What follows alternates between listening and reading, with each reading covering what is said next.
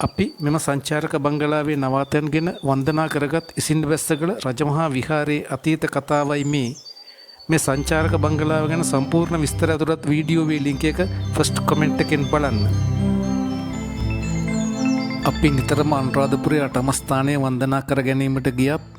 වවුනියාවේ සිට කිලෝමීටර 22ක් සහ අනුරාධපුරයේ සිට කිලෝමීටර 32ක් පමණ ඈතින් A9 මාර්ගයට යාබදව පිහිටා ඇති ඉතාමත් පැරණි ඓතිහාසික වටිනාකමක් තියෙන අඩි 530ක් පමණ උස ගල්තලාවක් මත පිහිටුවා ඇති මෙම වන්දනීය වෙහෙර වහන්සේ වැදඹුදා ගැනීමට යන්නේ නැහැ නේද? මෙම ගල මුදුනට යන්නට ප්‍රධාන මාර්ග දෙකක් තියෙනවා. උස ගල් පර්වතයක් වුණත් සාමාන්‍ය නැග්මක් සහ ගල් පර්වතයේ කඩතු සහිත වීම නිසා අපි අද ගමන් කරන මේ මාර්ගයේ ගමන් කරන එක පහසුයි. අනිත් මාර්ගයේ මෙතන සිට මීටර් කිහිපයක් ඈතින් ඉසින් බැස්සගල රජමහා විහාරය පැත්තෙන් විශාල නැග්මක් සහිත පඩිපෙළක් සහිතව පිහිටා ඇති පාරයි. ටික දුරක් ගමන් කරන විට අපිට මුලින්ම හමුවන්නේ මෙම තායිලන්ත බුද්ධ ප්‍රතිමා වහන්සේයි. 1900 ගණන්වල මෙම ස්ථානයේ යථා තත්ත්වයට පත් කරන්න මූලික වෙලා තියෙන්නේ කතෝලික මහත්මයෙකුයි. එයට ගරු කිරීමක් වශයෙන් ඉදි කරලා තියෙන පිළිරුවක් අපිට මෙම ස්ථානයේ දැක බලා ගන්නට පුළුවන්කම තියෙනවා. මෙම ප්‍රතිමාව පහු කරගෙන ඉදිරියට යන විට හමුවන ගල් පඩිපෙළ නැග්ගාම තමයි විහාරස්ථානයට පිවිසෙන්න ලැබෙන්නේ. මෙම විහාරය මිහිඳු මාහිමිපාණන් ලංකාවට වැඩම කර වූ පසු ලංකාවේ නිර්මාණය වුණු දෙවෙනි චෛත්‍ය පිහිටා තිබෙන විහාරයයි. මෙහි ඉතිහාසය ඊටත් වඩා ඈතට දිව යන එකක්. ඉස්සර ඉන්දියාවේ ඍෂීන් වහන්සේලා මහරහතන් වහන්සේලා උන්වහන්සේලාගේ නුවණින් අවබෝධ කරගෙන තියෙනවා මෙම ස්ථානය භාවනා කටයුතු වලට අතිශයින්ම සුදුසු ස්ථානයක් කියලා.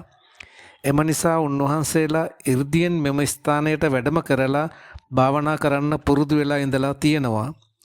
ඉන්දියාවේ ඉඳලා අපේ රටට එහෙම වැඩම කරන ඍෂිවරු මහරහතන් වහන්සේලා පතිත වන්නේ මෙම ස්ථානයට නිසා මෙම ස්ථානය ඉසිපතනාරාමය කියලත් හඳුන්වලා තියෙනවා. ඒ වගේම මෙහි එදා වාසය කළ ජනතාවට මේ ඍෂින් වහන්සේලා ගල්තලාවෙන් පහළට බැස යන දර්ශනය වුණු නිසා ඉසින් බැස්සගල කියලත් ජනවහරේ සඳහන් වෙනවා.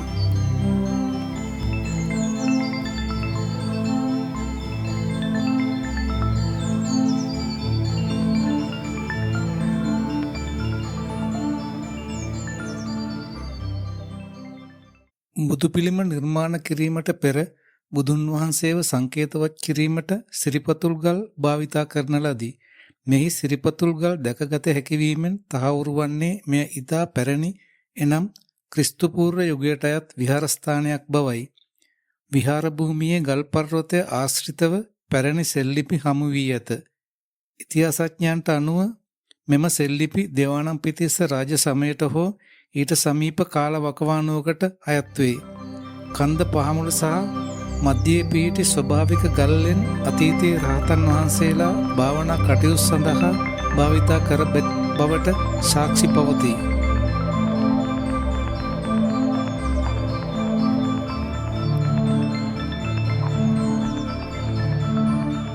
බුදුන් වහන්සේ තෙවරක් ලංකාවට වැඩම කර ධර්මය දේශනා කර සම්බුද්ධ ශාසනය ස්ථාපිත කර වූ ශ්‍රී ලංකා පිම්බිමට එදා ඉන්දියාවේ රජකර ධර්මාශෝක අධිරාජයාගේ නියමයෙන් එතුමාගේ පුත් මිහිඳු මාහිමිපාණන් වහන්සේ ඇතුළු පිරිස ලංකාවට වැඩම කර පසු ප්‍රථමයෙන්ම මෙම ස්ථානයට වැඩම කර එදා මෙහි වැඩවාසය කරමින් භාවනා යෝගීව සිටි ඉසවරුන් වහන්සේලා සමග අදහස් හුවමාරු කරගනිමින් විවේක සුවයෙන් වැඩසිටි ස්ථානය හැටියට මෙම ස්ථානය හඳුනාගෙන තියෙනවා.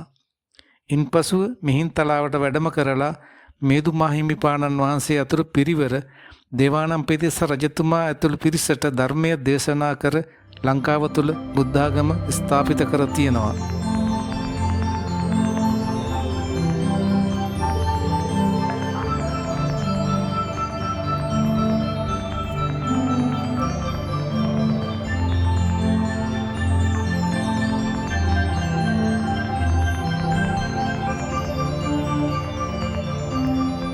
ඊට පසුව මිහිඳු හාමුදුරුවෝ රජතුමා ඇතුළු පිරිසට ධර්මය දේශනා කරනවා.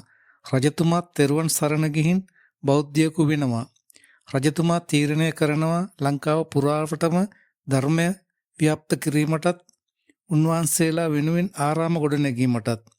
පසුව මිහිඳු හාමුදුරුවෝ රජතුමාට ඉසින් බැස්ස ගැල ගැන විස්තරයක් කියනවා.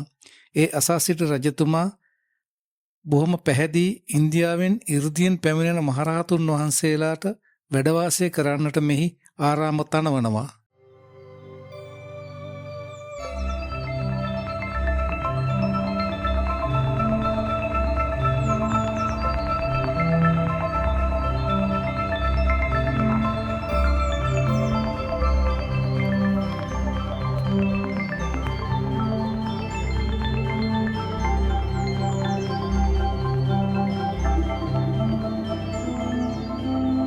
එදා මිහිඳු හාමුදුරුවෝ ලංකාවට වැඩම කරලා ප්‍රථම වලට පාදස්පර්ශය ලැබුවේ මෙම ගල් තලාවයි.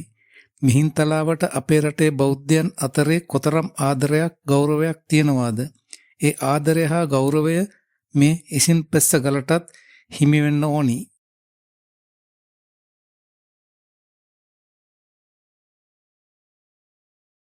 ලබනවර අනුරාධපුරය වන්දනා කරන ඔබත් ඓතිහාසික විශාල වටිනාකමක් ඇති මෙම ඉසින් බස්සගල රජමහා විහාරයත් වන්දනා කරගන්නා මෙන් ආරාධනා කරනවා.